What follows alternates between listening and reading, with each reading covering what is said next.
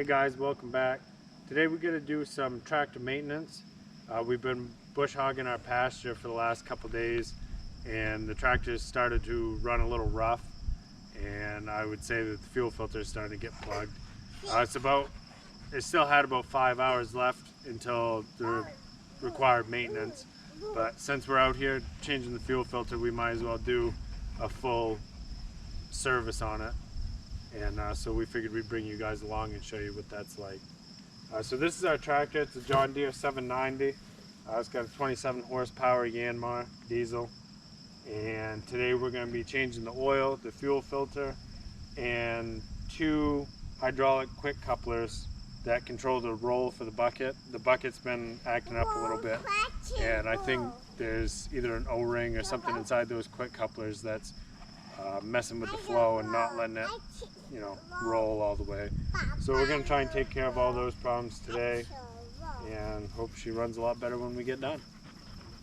The first thing we're going to do is pop the hood, pop that up, get that to stand up, and we're going to take the side panel off. This comes off like that. We'll scratch it all up, set that aside. Alright, so the first thing that we're going to take care of is the fuel filter. That's down here in this plastic fuel bowl. And we're doing this first because we'd like to warm the tractor up before we change the oil. But with the fuel filter being as plugged as it is, it doesn't run real smooth. So we're going to take care of this first, and once we get that taken care of, we'll let the tractor warm up before we change the oil.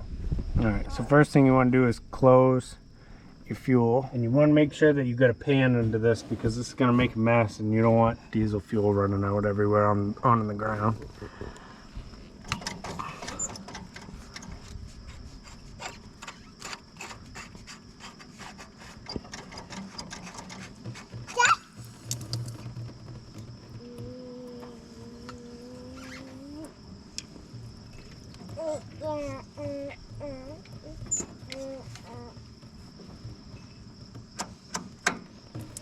Yeah, there's definitely in need of a new fuel filter.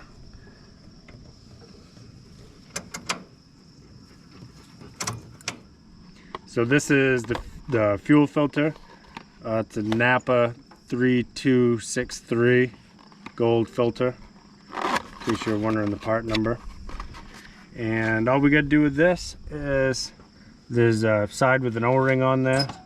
Make sure that the old O-ring came off the old filter, and slide that one back on, and make sure that this O-ring is clean, and we'll put this back on. But unless you want to bleed your entire fuel system, don't tighten this ring all the way up. Leave it loose. We'll take our pliers and we'll turn the fuel back on. And that'll start to fill up down there. And when that gets all the way up, you're gonna wait and let it leak out until there's no bubbles coming out. Make sure you got your pan down there. Once you see no bubbles around the ring, you're good to go ahead and tighten it up. Otherwise, you're gonna get air in the system, and next thing you know, you'll be cracking each injector line trying to get all of the air out of the injectors and out of the injector pump and all that good stuff. So with that being said, we should be able to start this tractor up and let it warm up for a few minutes, get the oil circulated around so we can drain that and change the oil filter.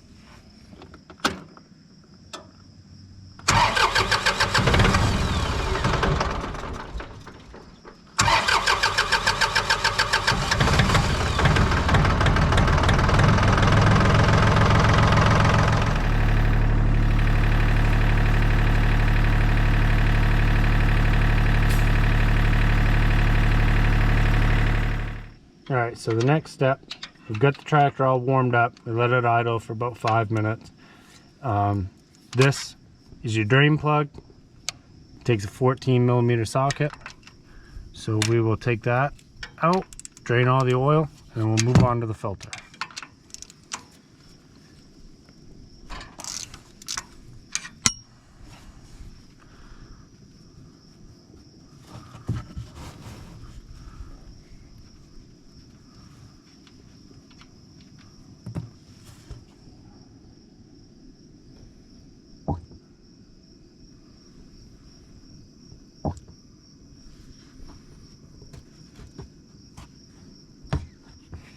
Alright, so we got all the oil drained out.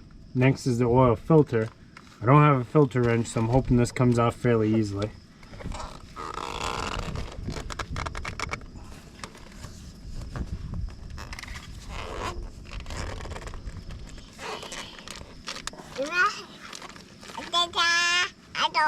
Not too bad. Of course, it's gonna make a huge mess, but it's all part of it. That's why we got rags.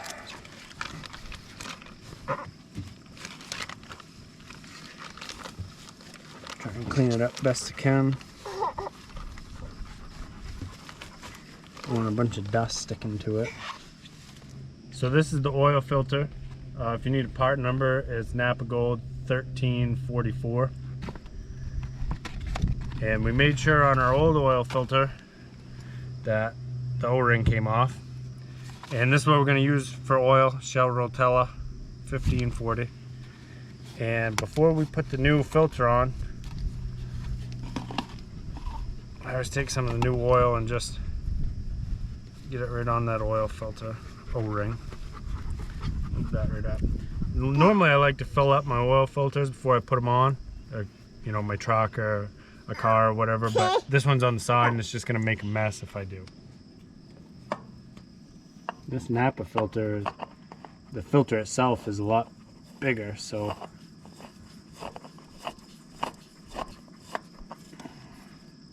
and I'm pretty sure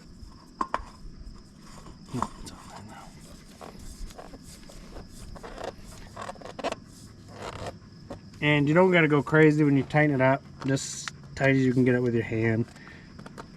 You're gonna have to take this back off next time you service it, so there's no point in tightening it up so much you can't get it off again.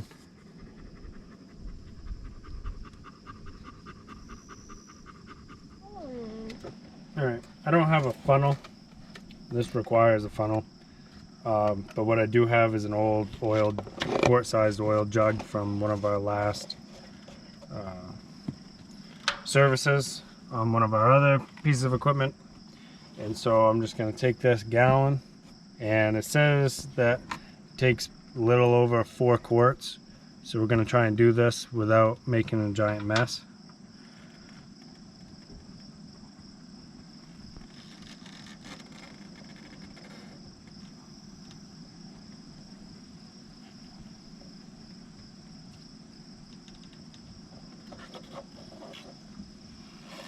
Yeah.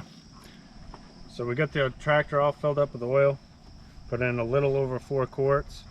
We're going to start the tractor up, let it idle a little bit, circulate the oil through the filter, and we'll shut it off and check it again and add a little bit more if we need to.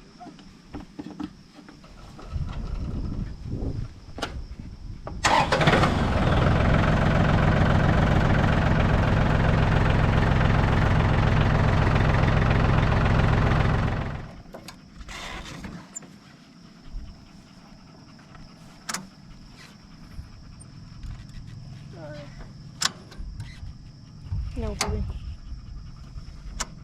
And we're perfectly right on full.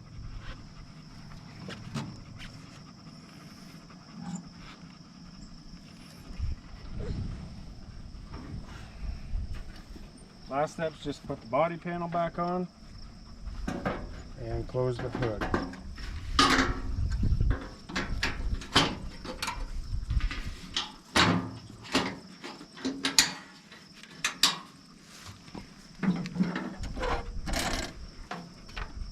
Once we get the stuff out from underneath of the hood. Alright, so we're down here on the left hand side of the tractor right below the clutch pedal. And these are the 2 quick connects, the hydraulic quick connects that run the loader, that I am about 75% sure that they're bad. I'm having trouble rolling the bucket. It wants to roll backwards when I'm trying to roll it forwards and so on. So anyways, I've done a bunch of research and I've come to the conclusion that either 1 or 2 of these is bad. And I went to the John Deere dealer today and I got 2 of these. Whatever those part numbers are. AMI 102487 and 420. 420 is the male end. 487 is the female end. Hopefully this works. All right, so the first step is to take these two male ends off. It's easier to do when everything's hooked up. The small end's 11/16 and the big end's a 3/4. Could be metric too, but these are close enough.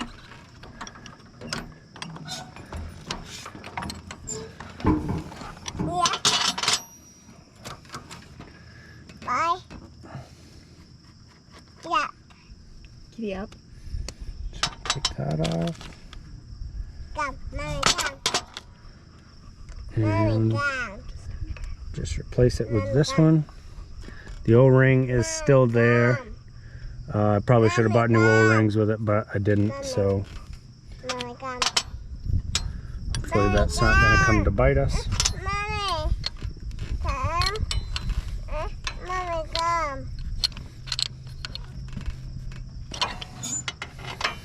So we'll leave that new one right there. We don't want to plug that one in because we want to take care of that. All right, so now we got that male one on there. We're going to take this female one off. You'll need a 3/4 for this side, and for this side you need something bigger than a 3/4. I don't know what it is. I got vice grips. They'll work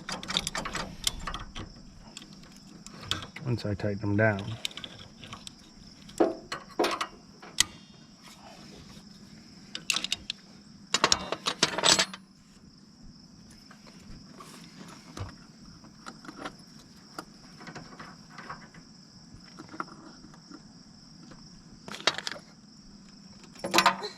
Check, make sure your O-ring's still there if you're reusing it, which in this case I am.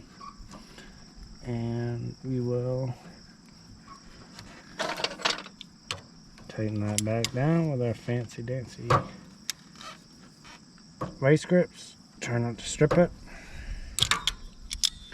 And then on to this one. So we've already got the male end loosened up, so we should be able to take that right off. Oh, snug. O-ring looks alright on that one. Bust that one.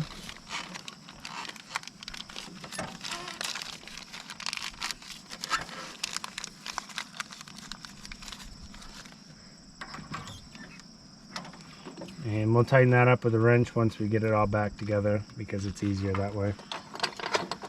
If these are somewhat loose, you probably don't need a wrench over here. The way the first one came off, this one's, yeah, no problem. So we'll pull this one off.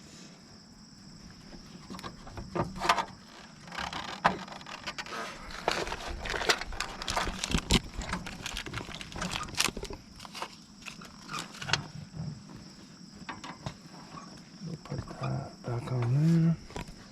So we pull our vice grips out and we just give that one tighten down. You don't got to tighten it till you can't tighten it anymore. Just make it snug. And so then we'll plug our two new male connectors in. And since we didn't tighten those ones down fully, we'll do that now.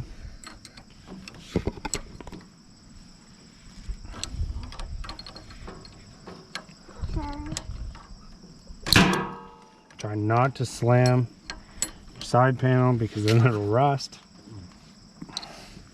Yeah, that's all there is to it. Very quick and easy repair. You're a pretty girl out.